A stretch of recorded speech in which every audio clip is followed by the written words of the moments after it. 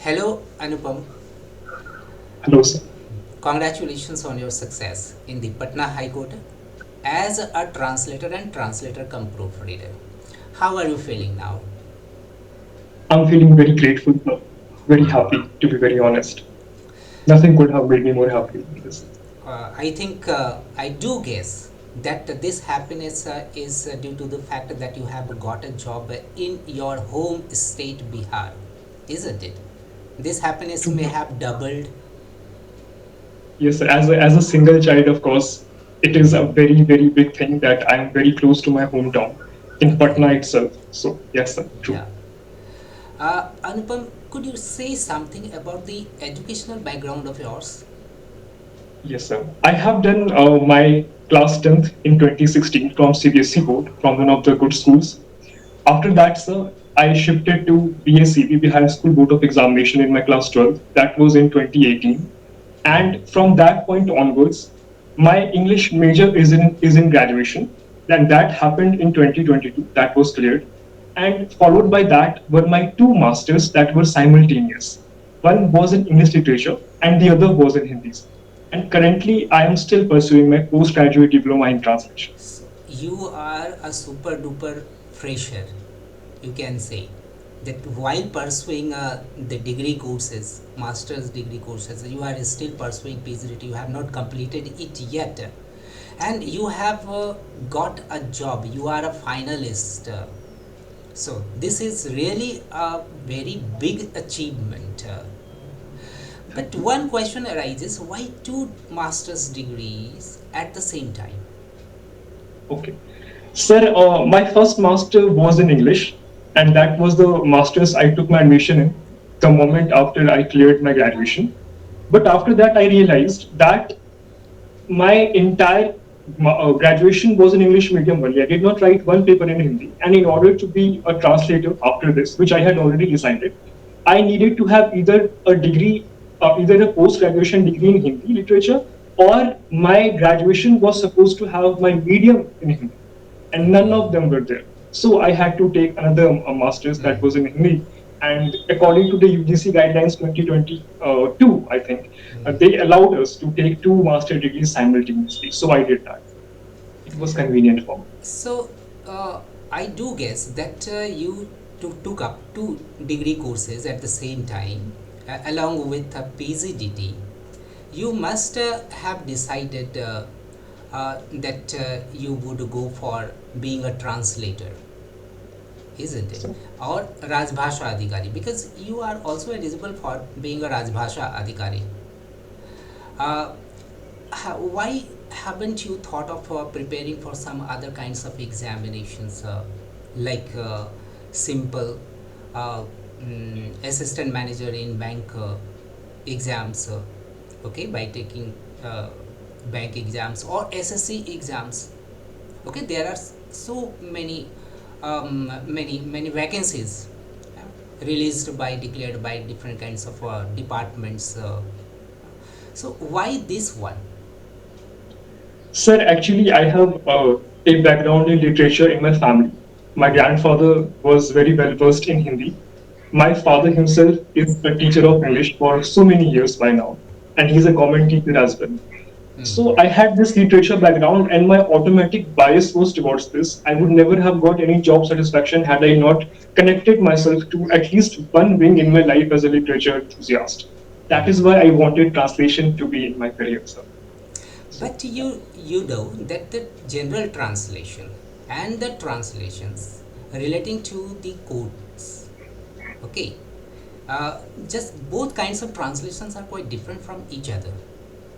True, sir. You must have realized this, that these two kinds of translations are quite different from each other. How could you manage learning the legal translations that was going to be asked in the High Court exam? How could you manage learning those? Okay.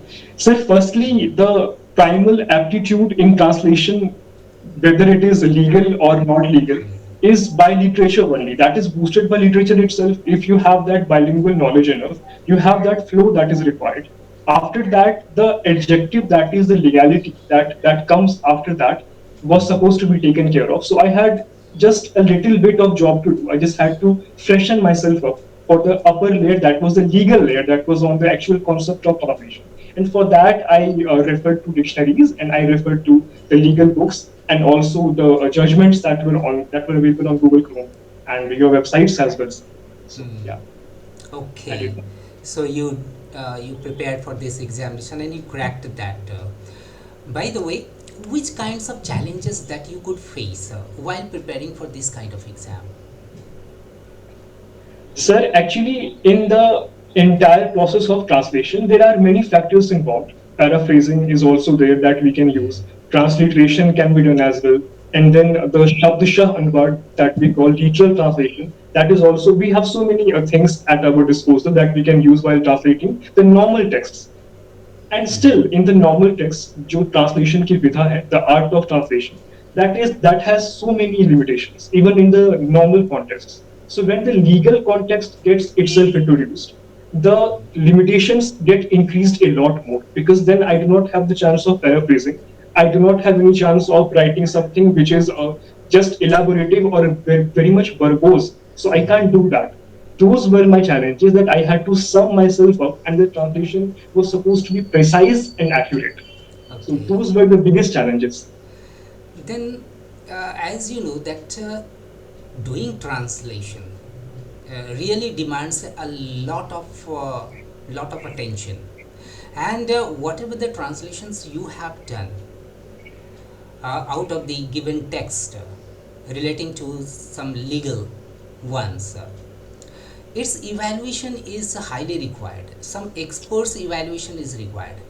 If evaluation is required, then don't you think learning such kinds of translations would be very much difficult for the people who are learners, who are just going for this kind of examination?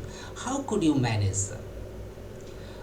just getting your translated uh, uh, translated works evaluated?